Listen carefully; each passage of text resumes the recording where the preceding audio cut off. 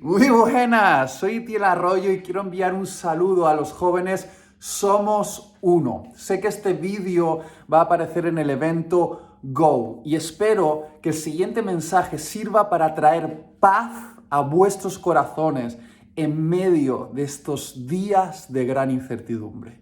Lo sé muy bien, vivimos días de incertidumbre a escala global. Nadie sabe realmente lo que va a ocurrir a nivel político, económico y social en los próximos meses. Nadie lo sabe. Y eso provoca en nosotros duda, miedo y ansiedad. Y me he dado cuenta de que esa duda, ese miedo y esa ansiedad también está poseyendo el corazón de la iglesia de Jesús. Por eso creo que el Espíritu Santo me está impulsando a compartir con vosotros este mensaje que he titulado de la siguiente manera: activando la paz que ya está dentro de nosotros.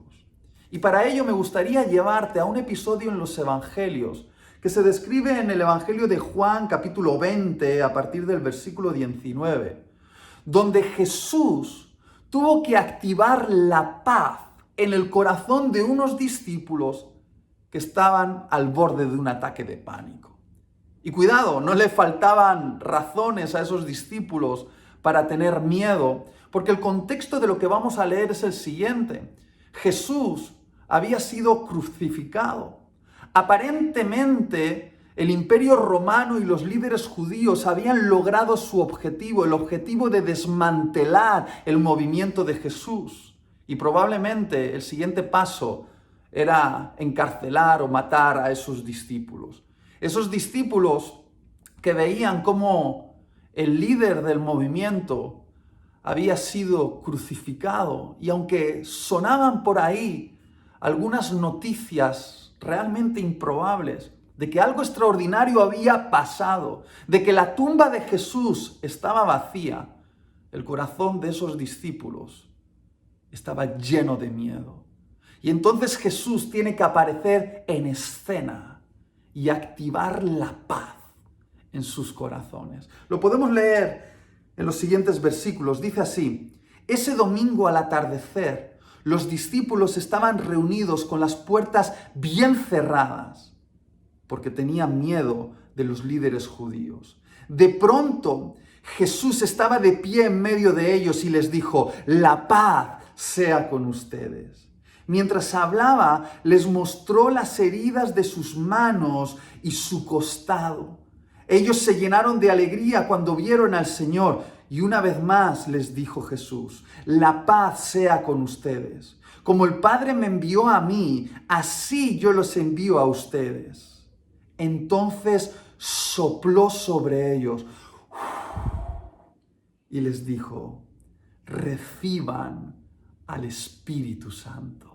Lo primero que me gustaría que notases de esta historia es que los discípulos se encontraban al borde de un ataque de pánico, o como nosotros diríamos hoy en día, se encontraban en una crisis de ansiedad, por la misma razón que tú y yo podríamos encontrarnos igual en estos días de incertidumbre.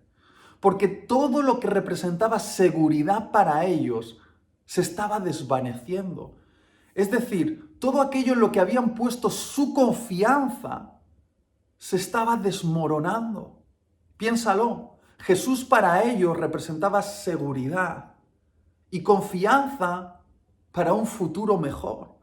Y de repente ese Jesús había sido crucificado y su cuerpo había sido puesto en una tumba, y con la muerte de Jesús murió la seguridad y la confianza de esos discípulos. Quizá tú te puedas sentir igual en estos momentos, cuando parece que el mundo que conocías se está desmoronando. Todo aquello en lo que habías puesto tu confianza, tu trabajo, tu cuenta bancaria, tu salud, el gobierno de tu país, el mundo que conocías, parece que se está desmoronando delante de tus ojos. Y no hay nada que active más el miedo, el pánico y la ansiedad que perder la seguridad. Y de repente, Jesús resucitado aparece en escena. Se pone en el centro de sus discípulos y lo primero que hace es mostrarles sus cicatrices en sus manos y su costado. ¿Por qué? Porque al mostrarles sus cicatrices, las marcas de su crucifixión, las supuestas evidencias de su derrota, al mostrarles sus cicatrices estando muy vivo, les estaba haciendo una declaración muy poderosa a sus corazones temblorosos. Les estaba diciendo: queridos, si ni siquiera el imperio de la muerte ha podido vencerme, si aquello que más aterra a la raza humana, que es la muerte misma, no ha podido contenerme, aquí tenéis toda la seguridad que estáis esperando. Vamos, tocad mis cicatrices, porque aquí está escrito vuestro seguro de vida. Si estáis conmigo, estáis seguros. Por favor, escúchame bien. Al igual que para aquellos discípulos, para todos nosotros que nos ha tocado vivir estos días de gran incertidumbre a escala global, nuestra mayor seguridad y confianza no debería estar puesta en la habilidad de los científicos o en la inteligencia de los políticos o en los avances de los médicos, sino que nuestra mayor seguridad y confianza debería estar puesta en las cicatrices de Jesús resucitado.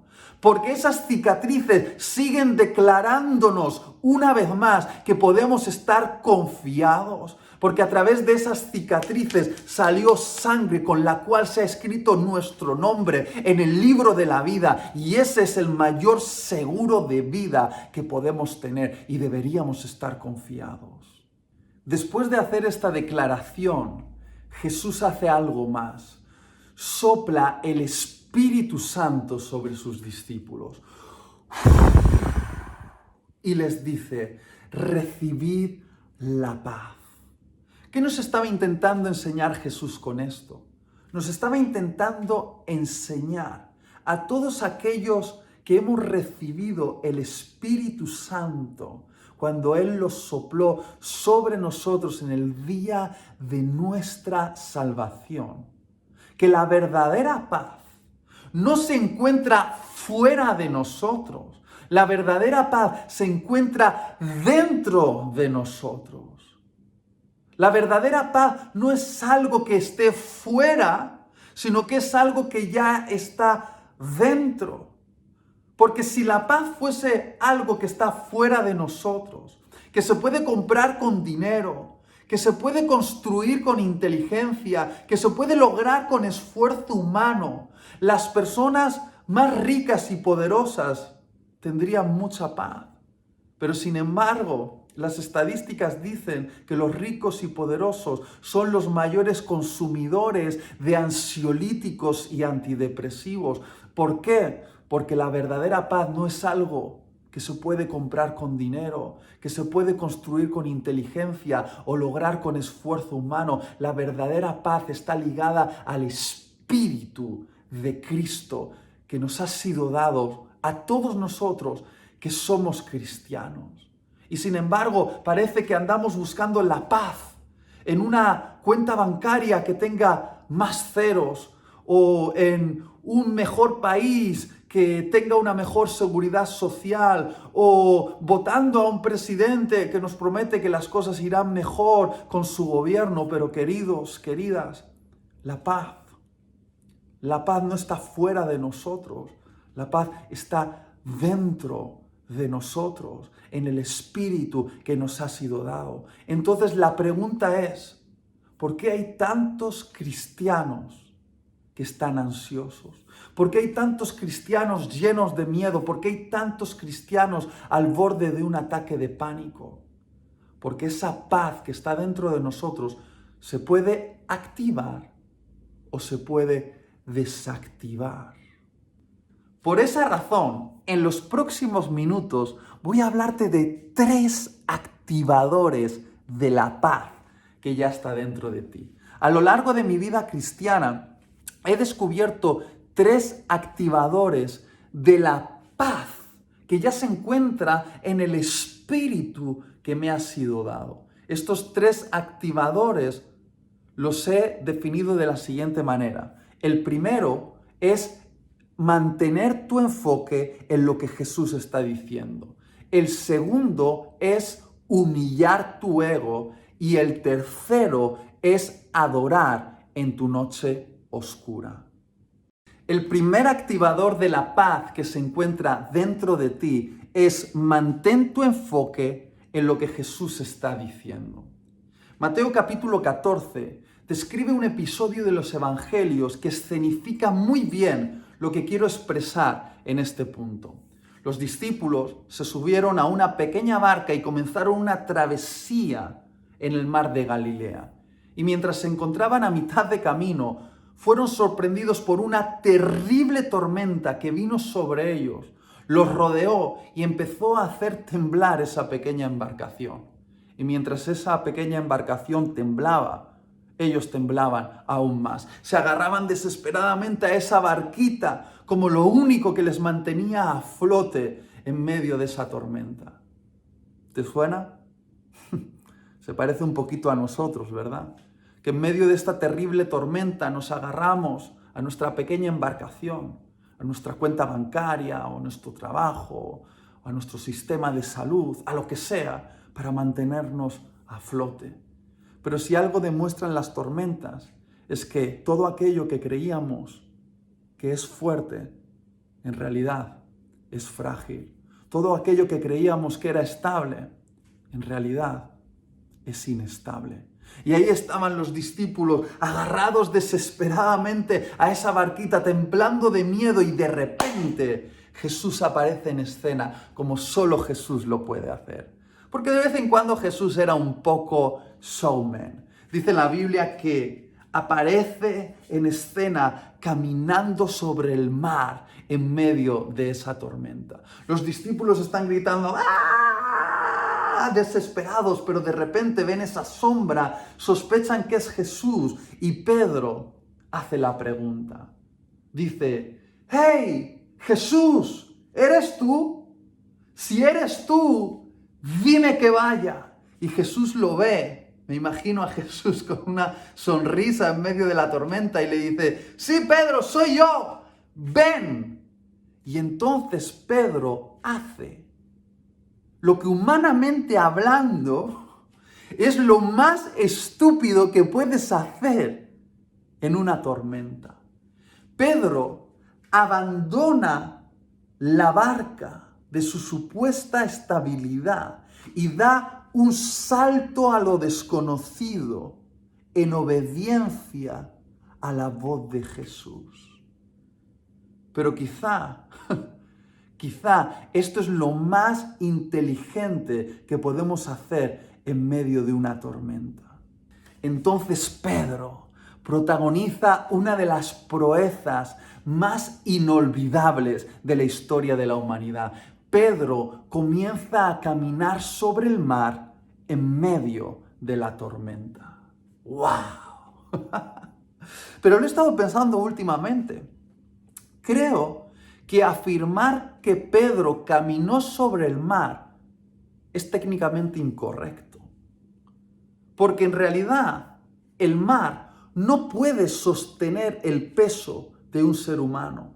El agua no puede sostener los pies de una persona. Lo que estoy intentando decir es que Pedro no caminó sobre el mar. Pedro caminó sobre la palabra que salió de la boca de Jesús. Pedro no caminó sobre el H2O. Pedro caminó sobre el ven que salió de la boca de Jesús. Lo que estoy intentando expresar es que la palabra que sale de la boca de Jesús es lo más estable, lo más sólido y lo más confiable en medio de una tormenta. La Biblia dice claramente en Génesis capítulo 1 que todo el universo, cada átomo del cosmos, es producto de la palabra de Jesús y que la palabra de Jesús mantiene todo en este universo unido. Lo que estoy intentando decir es que no hay nada más estable en lo que podamos confiar y sobre lo cual podamos caminar en medio de una tormenta que la palabra que sale de la boca de Jesús. Y si te fijas bien, mientras Pedro mantuvo su enfoque en Jesús y lo que Jesús estaba diciendo, se mantuvo a flote. Pero cuando Pedro cambió su enfoque de Jesús a la tormenta, de lo que Jesús estaba diciendo a las circunstancias que le rodeaban, a los vientos, a los truenos y a las olas, Pedro comenzó a hundirse. Lo que estoy intentando expresarte es que no hundirte emocionalmente en medio de esta tormenta, no hundirte en una depresión y una ansiedad profunda en medio de esta tormenta, es cuestión de enfoque. El enfoque es lo que determina tu paz. Si lo primero que haces por la mañana es abrir tu Twitter y leer malas noticias, o encender la televisión y escuchar malas noticias, o llamar a tu vecino para hablar de malas noticias, te vas a hundir. Si llenas tu mente de las malas noticias, te vas a hundir. Hace unas semanas atrás estuve hablando con un amigo que me contó de forma honesta una experiencia que había vivido, que creo que es más común de lo que debería ser. Su papá había muerto de cáncer y eso fue tan impactante para él que de alguna manera se le metió la idea en la cabeza de que quizá él también podría morir de cáncer. Y al sentir unos dolores extraños en el cuerpo, empezó a sospechar que quizá era el mismo cáncer que había matado a su papá. Se le ocurrió la brillante idea de entrar en internet y buscar sus síntomas. Y cada vez que buscaba más y más y más, llegaba a la conclusión de que él también tenía cáncer, de que él también se estaba muriendo. Fue médico tras médico y todos los médicos le decían que él no tenía cáncer. Hasta que un médico le dijo: querido, tú no necesitas un oncólogo, necesitas un psicólogo. Y durante meses luchó contra esto, pensando que tenía cáncer cuando realmente no lo tenía. Y empezó a adelgazar, empezó a perder fuerza y empezó a enfermarse, aunque no tenía cáncer, porque su enfoque estaba puesto en el lugar equivocado. Lo que estoy intentando decirte es que tienes que mantener tu enfoque, no en las malas noticias, aunque sean ciertas, sino en lo que Jesús está diciendo. Porque Jesús está diciendo algo al mundo, está diciendo algo a su iglesia y te está diciendo algo a ti. Jesús está hablando y las palabras de Jesús son lo más estable en este universo. Algunos dicen: no, yo no escucho a Jesús, me gustaría escuchar a Jesús de forma audible. Si quieres escuchar a Jesús de forma audible, abre tu Biblia y léela en alto, porque estas siguen siendo las palabras de Jesús y estas palabras son de confianza y sobre estas palabras podemos caminar. Lo que estoy diciendo quizá suene loco en medio de esta crisis que estamos viviendo. Porque lo que te estoy diciendo es, para sostenerte en medio de esta crisis y caminar con paz, lee tu Biblia.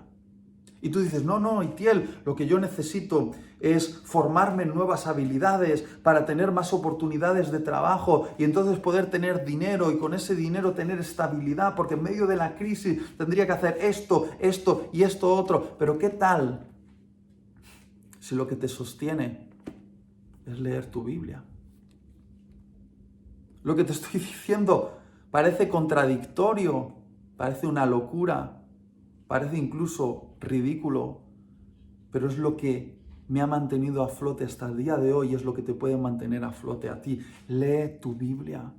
Y no estoy diciendo que abras tu Biblia en cualquier parte y leas un versículo al azar. Lo que estoy diciendo es que leas tu Biblia consistentemente, página tras página. Te estoy diciendo que medites en estas palabras, que las declares, que las repitas, que las cantes, porque estas palabras siguen teniendo poder para sostenerte en medio de la prueba. Mantén tu enfoque en Jesús y en lo que Jesús está diciendo, y entonces vas a caminar por lo imposible. El segundo activador de la paz que está dentro de ti es humilla tu ego. Probablemente lo que vas a escuchar a continuación no te va a gustar. A mí tampoco me gusta, pero es la verdad. Y es lo siguiente: mucha de la ansiedad con la cual batallas en tu vida está ligada a tu orgullo personal. Es decir, existe una conexión entre tu orgullo y tu ansiedad. Y la única manera de lograr la paz es humillando tu orgullo. Ahora déjame explicarte esto, siendo muy honesto contigo. Antes de la pandemia, como predicador, yo tenía mi agenda organizada con un año de anticipación, programados los eventos, las conferencias donde iba a predicar, y eso no solo representaba el cumplimiento de mi llamado como predicador, sino que también representaba una seguridad económica para mi familia. No es un secreto el hecho de que personas como yo son sostenidas económicamente por las ofrendas que reciben cuando van a predicar a un lugar y a otro. Y yo tenía todo mi año asegurado, bien programado, hasta que llegó la pandemia y mi agenda se quedó en blanco. Y al quedarse mi agenda en blanco, también quedó en interrogante cómo sería mi futuro económico y el sostenimiento de mi familia. Y empecé a sentir temor por la incertidumbre del futuro. Un temor que quizá tú también puedes sentir, como yo, al ver que tu trabajo se ha visto afectado por esta pandemia y te preguntas, ¿cómo podré ser sostenido económicamente en medio de una crisis de estas características? Y muchos amigos me llamaban temblando de miedo, hablándome del futuro y de cómo esta pandemia había afectado a sus trabajos y por lo tanto a su economía. Y yo una vez tras otra declaraba a mis amigos este versículo, un versículo de confianza sobrenatural que está en 1 de Pedro 5:7. Yo les decía: poned todas vuestras preocupaciones y ansiedades en las manos de Dios, porque Él cuida de vosotros. Y vez tras vez, yo les decía: pon tus ansiedades y preocupaciones en las manos de Dios, porque Él va a cuidar de ti. Y lo decía más fuerte, y en realidad mientras se lo decía a ellos, me lo recordaba a mí mismo. Hasta que de repente el Espíritu Santo me confrontó y me dijo: Itiel, estás declarando una promesa, pero sin hablar de la condición previa para acceder a esa promesa. Y yo dije: ¿a qué te refieres? Y el Espíritu me dijo: es que hay promesas que son condicionales. Y la promesa del cuidado sobrenatural es condicional. Y miré y entendí a qué se refería el Espíritu Santo. Leí el versículo anterior que dice: así que humíllense ante el gran poder de Dios, y a su debido tiempo Él los levantará con honor. Y ahora dice: y poned todas vuestras preocupaciones y ansiedades en las manos de Dios, porque Él cuida de vosotros. Es decir, literalmente, la promesa del cuidado sobrenatural de Dios está ligada a una actitud de humillación previa por nuestra parte. De hecho, un versículo anterior dice que Dios resiste a los soberbios, pero da gracia a los humildes. Es decir, la manera de poder ser sostenidos sobrenaturalmente por la mano de Dios y poder tener su cuidado en estos tiempos difíciles es si estamos dispuestos a humillarnos previamente. Y me doy cuenta de que justamente este es el problema, de que no queremos humillarnos. Y por eso nos sentimos tan ansiosos en estas circunstancias que estamos viviendo, porque no queremos humillar nuestro ego. Muchos nos hemos puesto en medio de esta circunstancia y hemos dicho, yo no quiero cambiar mi estilo de vida. Me ha costado mucho llegar hasta aquí, conseguir lo que he conseguido, construir lo que he construido y no quiero cambiar absolutamente nada, porque es mi derecho. Es mi derecho seguir viviendo como venía viviendo, tener lo que tenía y hacer las cosas como las hacía. Pero querido, querida, quizás has confundido privilegios con derechos. Quizá algunas cosas que eran privilegios en tu vida has creído que eran derechos y quizá por eso dejaste de ser agradecido hace tiempo. Y has dicho, no, es mi derecho tener este automóvil, es mi derecho vivir en esta casa, es mi derecho tener este estilo de vida, es mi derecho gastar este dinero, pero quizá, quizá no es un derecho, quizá era un privilegio. Y creo sinceramente, lo creo, que Dios nos está invitando a humillarnos un poquito en este tiempo. Porque quizá hemos vivido nuestra vida con mucha soberbia y nos creíamos poderosos, inamovibles y autosuficientes, y ahora es el momento de humillarnos un poquito. Porque mientras nos resistamos al cambio con soberbia, vamos a estar llenos de ansiedad. Pero si nos humillamos, vamos a ser sostenidos por la gracia de Dios.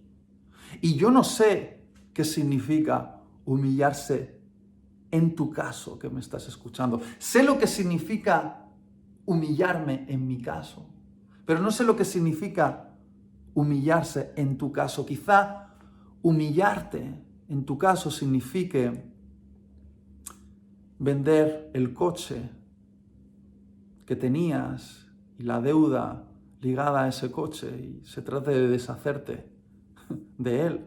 Quizá humillarte en tu caso sea ir a vivir a una casa más pequeña. Quizá humillarte en tu caso sea no salir de cena todos los fines de semana. Quizá humillarte en tu caso sea pedir ayuda a tu papá o tu mamá. Quizá humillarte en tu caso sea no irte de vacaciones. Quizá humillarte en tu caso sea retrasar un plan que tenías pendiente. Mira, yo no sé qué significa humillarte en tu caso, en tu situación. Sé lo que significa en la mía.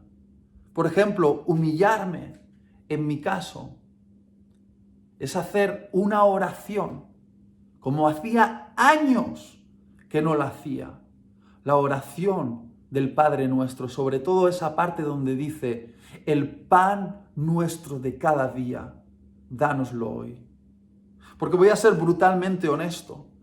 Durante estos últimos años, mi ministerio como predicador estaba yendo tan bien que mi economía estaba asegurada. Porque mi talento, mi buen hacer, mi buena administración, así lo pensaba yo, me había traído hasta ahí, de que eso era lo que me estaba sosteniendo. Y yo no tenía necesidad de orar por el pan del día, porque yo tenía pan asegurado para un año. Y de repente, humillarme para mí ha sido volver a mi habitación, como hacía años que no lo hacía, y ponerme de rodillas en mi cama, delante de la presencia de Dios, delante del Rey del universo y decirle, Dios, vengo a por el pan. Vengo por el pan de hoy. Y he descubierto que cuando uno está humillado bajo la mano poderosa de Dios, descubre que esa es la mano no solo del Rey del universo, sino que es la mano de un buen Padre, que se da la vuelta y se extiende a tu favor y te da pan para el día.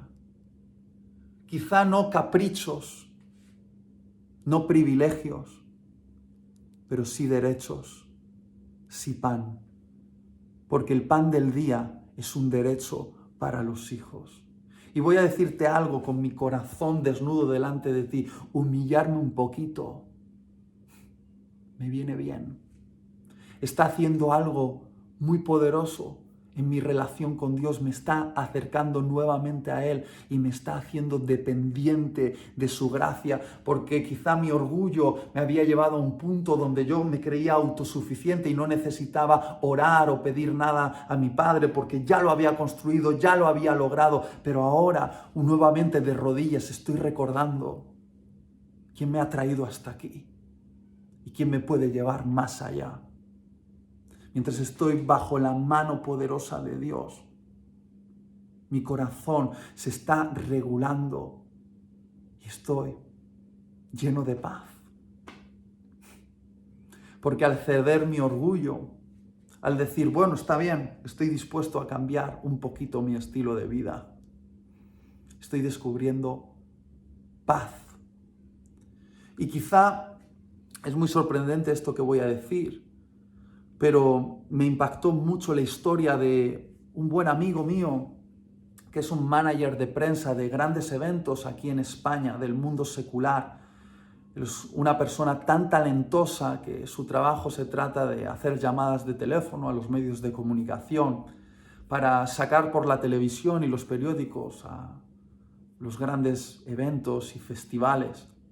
Y de repente, con la llegada de este virus, todo su trabajo terminó, su agenda quedó en blanco porque todos esos eventos se anularon. Y me llamó por teléfono y yo pensaba que iba a llorarme a causa de este futuro incierto que todos tenemos por delante, pero me sorprendió y me mostró qué significa lograr la paz cuando te humillas un poquito. Me dijo, Itiel, ¿sabes qué? Como todo mi trabajo como agente de prensa ha quedado en stand-by, he decidido hacerme repartidor de comida a domicilio con mi bicicleta. Y yo le dije, pero amigo, tú eres un profesional. Y él me dijo, no me importa. Le dije, pero ¿cómo te vas a subir a una bicicleta tú que eres un hombre de oficina? Y él me dijo, no me importa. Y me dijo esto, me viene bien humillarme un poquito, porque Dios podía sostenerme a través de esas llamadas de teléfono desde mi despacho y también puede sostenerme mientras pedaleo con esa bicicleta y reparto comida a domicilio. Está bien, me viene bien humillarme un poquito. Y cuando yo escuché esto, lo entendí. Entendí que cuando nos humillamos un poquito, encontramos la paz. Y cuando nos resistimos, sufrimos de ansiedad a causa de nuestro orgullo. Y en último lugar, el tercer activador de la paz que está dentro de ti es adora en tu noche oscura. Lo que voy a decir ahora puede resultar una auténtica locura para la mente de muchas personas que pueden escuchar este vídeo. Pero si algo nos describe la Biblia, desde la primera página hasta la última página, es la historia de hombres y mujeres que transitaron a través de sus propias noches oscuras y aprendieron a adorar a Dios cuando todo lo que estaba ocurriendo a su alrededor parecía que no tenía sentido. Hombres y mujeres que vivieron sus propios sufrimientos, enfermedades, traiciones, torturas, que fueron perseguidos, encarcelados, que tardaron años en ver el cumplimiento de las promesas, que se perdieron. Hombres y mujeres a los que Dios dejó experimentar dolor y que ellos, en vez de amargarse con Dios, decidieron darle a cambio a Dios adoración. Por ejemplo, Job, que tenía bienes, posesiones, una familia y buena salud. Y Dios permitió que todo eso quedase en nada, que sus bienes se perdiesen, sus hijos muriesen y su salud se convirtiese en una sarna que recorrió cada centímetro de su piel. Y cuando su mujer le dijo, ¿por qué no te mueres? Pero antes de hacerlo maldice a Dios. Él, en vez de amargarse, se puso de rodillas y adoró a Dios. O por ejemplo David, cuando su hijo, su bebé, estaba enfermo y le rogó a Dios, por favor, Dios, sálvale la vida, sálvale la vida, sálvale la vida. Y Dios decidió no hacerlo. David, en vez de amargarse, se puso de pie, se bañó, se peinó y entró en el templo y adoró a Dios. O Pablo y Silas, cuando estaban evangelizando, haciendo famoso el nombre de Jesús, en uno de esos lugares fueron apresados y los torturaron abriendo sus espaldas y luego poniéndolos semidesnudos en una cárcel con sus brazos y sus pies atados a grilletes con un gran dolor, y en vez de amargarse porque Dios no los había librado de ese sufrimiento, empezaron a adorar a Dios. La Biblia nos describe estas historias de hombres y mujeres que atravesaron sus propias noches oscuras y decidieron adorar a Dios cuando parecía que lo que estaban viviendo no tenía sentido. Pero no solo ellos, sino el mismo Jesús lo hizo para enseñarnos el camino de la verdadera paz, y nos lo enseñó en su noche más oscura. En esa última noche, en esa cena con sus discípulos, antes de ser entregado para ser crucificado. Cuando tomó el pan en sus manos y antes de dárselo a sus discípulos, dice la Biblia, que lo levantó y dio gracias. Ese pan que representaba lo que iban a hacer a su cuerpo, que lo iban a partir, y mientras partía ese pan, pensando que su cuerpo sería partido y que experimentaría un gran sufrimiento, dio gracias. ¿Qué significa eso? Significa que Jesús en su noche oscura dio gracias. En su noche oscura adoró. Jesús esa noche sabía que unas horas después iba a experimentar el dolor más fuerte que jamás ha experimentado un ser humano. Y no me estoy refiriendo a los clavos que atravesarían sus muñecas y al látigo que abriría su espalda. Me estoy refiriendo a que Él iba a cargar con todo el pecado de la humanidad y iba a beber de la copa de la ira de su Padre, y aún sabiéndolo, adoró. Jesús esa noche sabía que aquellos que habían gritado Hosana, Hosana, Hosana al Hijo de David, iban a gritar ahora crucifícale, crucifícale, crucifícale. Y Jesús, sabiéndolo, esa noche adoró. Jesús sabía que sus discípulos y sus amigos iban a huir y le iban a dejar solo. Y de hecho uno de ellos lo iba a traicionar con un sucio beso. Y Jesús, sabiéndolo, adoró. ¿Qué nos estaba intentando enseñar Jesús? Que el lugar de la paz en tu noche oscura es el lugar de tu adoración.